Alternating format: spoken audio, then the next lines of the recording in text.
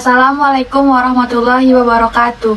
Kami dari kelompok 1 yang beranggotakan saya, Meliadina Sabila, Jamila Ovelda, dan Felia Ayu Saskia akan mempresentasikan hasil diskusi kami mengenai konsep kinerja audit dan dasar hukum kinerja audit. Jamila dan Sabila akan menjelaskan slide pertama tentang perkembangan audit kinerja.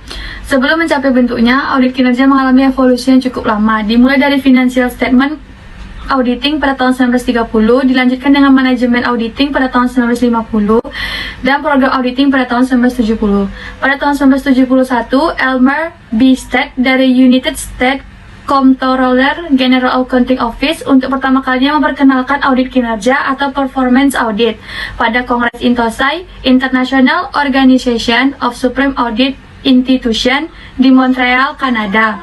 Sejak saat itu, audit kinerja yang merupakan perluasan audit keuangan mulai diimplementasikan pada audit sektor publik oleh Supreme Public Institution di seluruh dunia. Pelaksanaan audit kinerja di seluruh dunia, termasuk di Indonesia, terus mengalami pasang surut. Di Indonesia, audit kinerja mulai diperkenalkan pada tahun 1976 yang dimulai dengan manajemen audit course di Badan Pemeriksaan Keuangan atau BPK dengan bekerja sama dengan USGAO. Sejak tahun 2004 sampai dengan tahun 2007, BPK telah melaksanakan 99 audit kinerja dengan rincian 37 audit di kantor pusat dan 62 audit di kantor perwakilan daerah. Dapat kita lihat pada grafik audit kinerja yang menunjukkan audit kinerja atas BUMN masih sangat sedikit. Baiklah, selanjutnya kita akan membahas tentang definisi audit kinerja. Secara etimologi, audit kinerja terdiri atas dua kata, yaitu audit dan kinerja. Definisi yang cukup komprehensif diberikan oleh Malan, Fontaine, Arrowsmith, dan Lockridge pada tahun 1984, yakni audit kinerja merupakan suatu proses sistematis dalam mendapatkan dan mengevaluasi bukti yang secara objektif atas suatu kinerja organisasi, program, fungsi, atau kegiatan. Evaluasi dilakukan berdasarkan aspek ekonomi, kepatuhan terhadap peraturan, hukum, dan kebijakan yang terkait.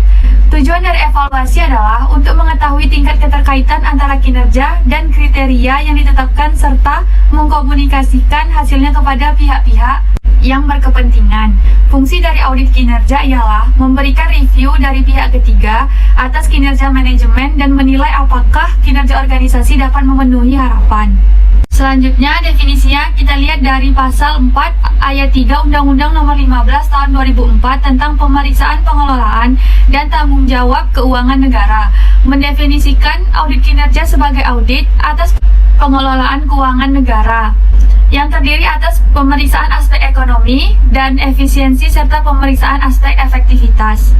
Baiklah, selanjutnya, berdasarkan peraturan pemerintah nomor 60 tahun 2008 pasal 50 ayat 2, audit kinerja adalah audit atas pengelolaan keuangan negara dan pelaksanaan tugas dan fungsi instansi pemerintah yang terdiri dari aspek ekonomis, efisiensi, dan audit aspek efektivitas serta ketaatan pada peraturan.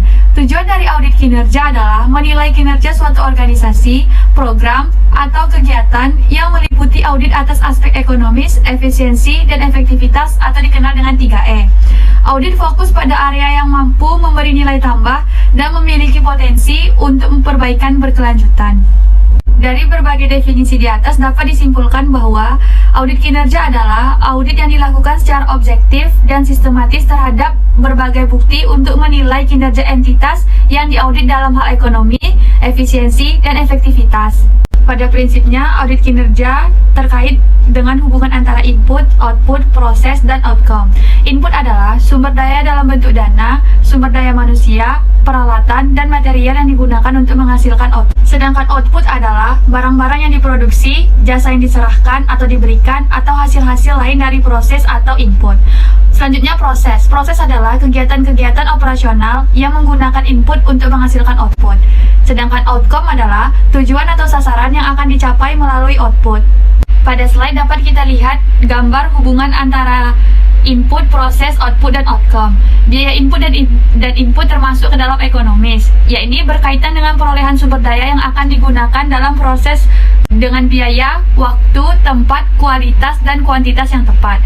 Ekonomis berarti meminimalkan biaya perolehan input yang akan digunakan dalam proses dengan tetap menjaga kualitas dan standar yang diterapkan.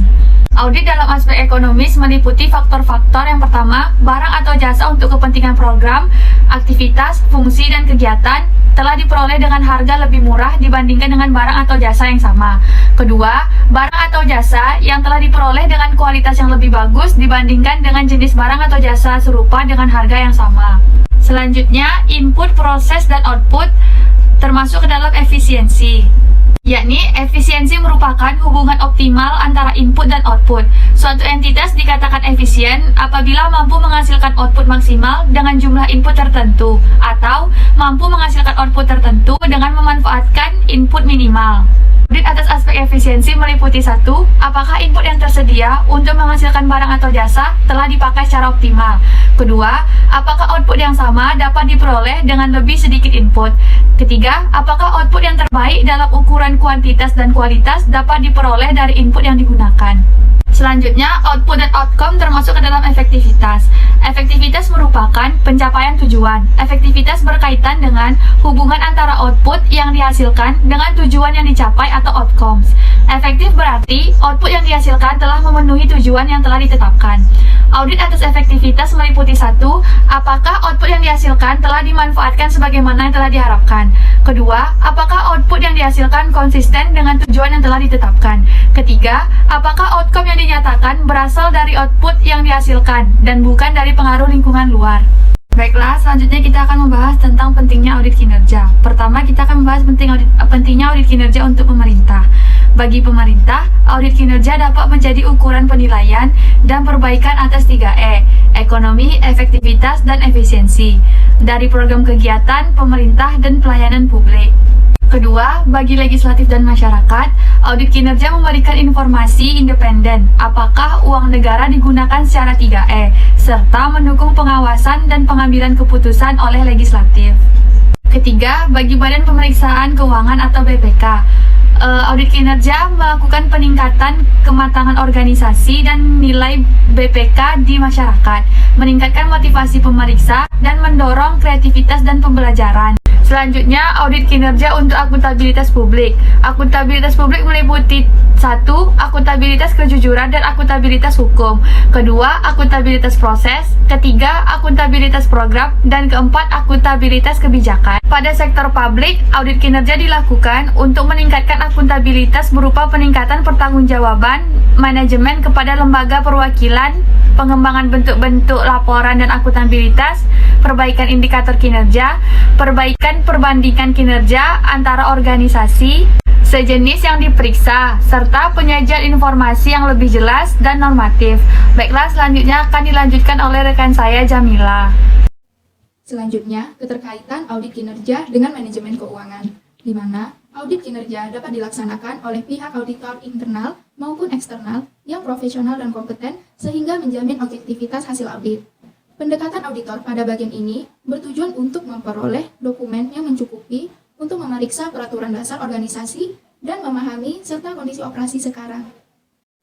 Istilah-istilah dalam audit kinerja yaitu terdiri dari 3 bagian. Yang pertama ada kinerja atau performance, merupakan gambaran mengenai pencapaian, prestasi, atau unjuk kerja dari instansi pemerintah. Yang kedua ada indikator kinerja atau performance indicator, yaitu deskripsi kuantitatif atau kualitatif terhadap tercapainya kinerja. Yang ketiga, ada indikator kinerja kunci atau Key Performance Indicator, yang dimana indikator kinerja yang memiliki fokus pada aspek kinerja yang penting bagi keberhasilan suatu organisasi. Terdapat perbedaan antara audit kinerja dan audit keuangan, yang dimana perbedaan itu terletak pada tujuan, dasar akademik, metode, fokus, kriteria penilaian, serta laporan yang tertera dalam tabel pada slide berikut. Selanjutnya, ada karakteristik audit kinerja. Berikut beberapa karakteristik audit kinerja. Yang pertama, audit kinerja berusaha mencari jawaban atas 2 pertanyaan dasar berikut. Yang pertama, apakah sesuatu yang benar telah dilakukan?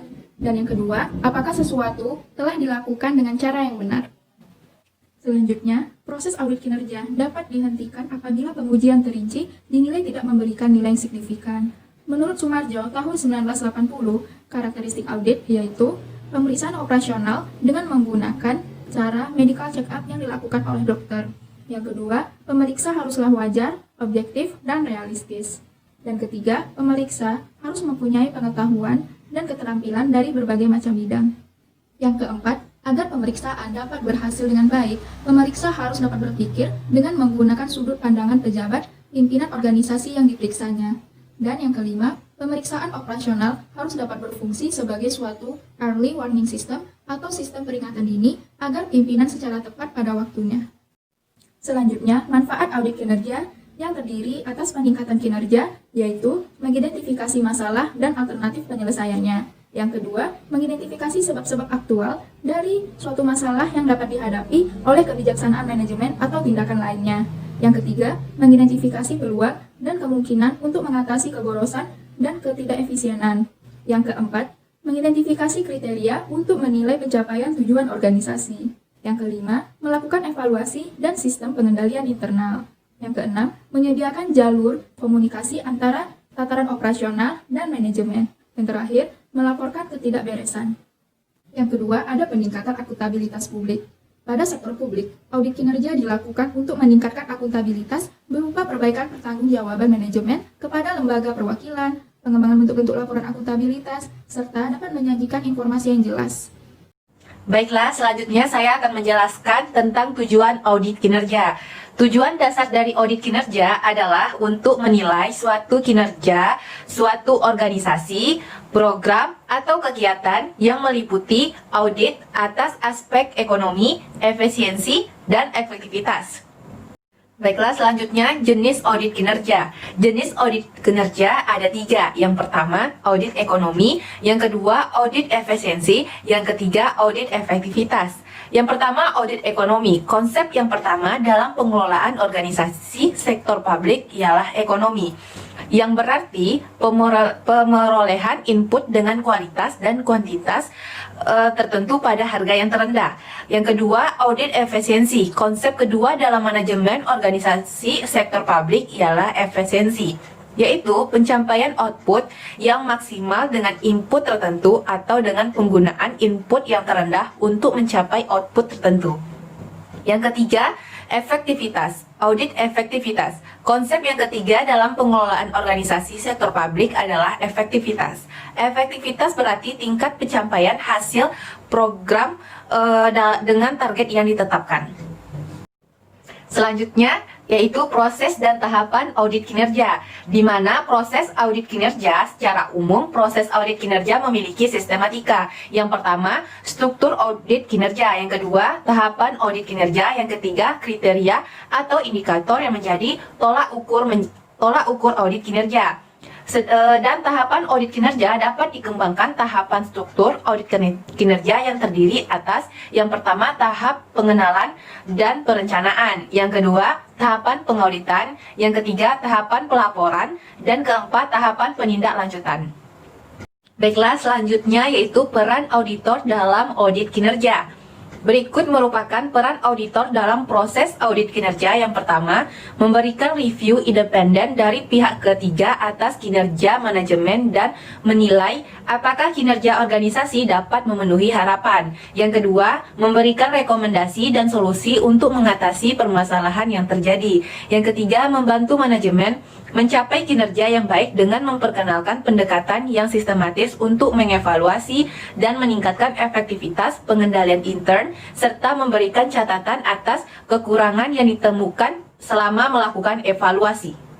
Selanjutnya yaitu dasar hukum audit kinerja. Yang pertama, Peraturan Presiden Nomor 47 Tahun 2009 tentang pembentukan dan organisasi Kementerian Negara. Yang kedua, Peraturan Presiden Nomor 24 Tahun 2010 tentang kedudukan, tugas, dan fungsi Kementerian Negara, serta susunan organisasi, tugas, dan fungsi eselon 1 Kementerian Negara. Yang ketiga yaitu Keputusan Menteri Luar Negeri Nomor SK 05-A-OT-Nomor 4-Tahun 2004 garis miring nomor 02 tanggal 30 April tahun 2004 tentang perubahan atas lampiran Kapmenlu nomor 03 garis miring A garis miring OT garis miring nomor 12 garis miring tahun 2002 garis miring nomor 02 tanggal 31 Desember tahun 2002 tentang pedoman umum implementasi sistem akuntabilitas kinerja instansi pemerintah RI di lingkungan Departemen Luar Negeri dan Perwakilan RI di luar negeri.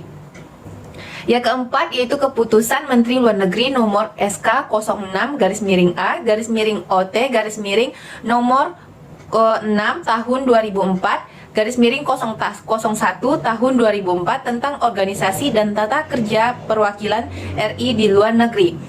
Yang kelima, peraturan Menteri Luar Negeri nomor 02 garis miring A garis miring OT garis miring nomor 8 garis miring tahun 2005 garis miring nomor 01 tahun 2005 tentang organisasi dan tata kerja Departemen Luar Negeri.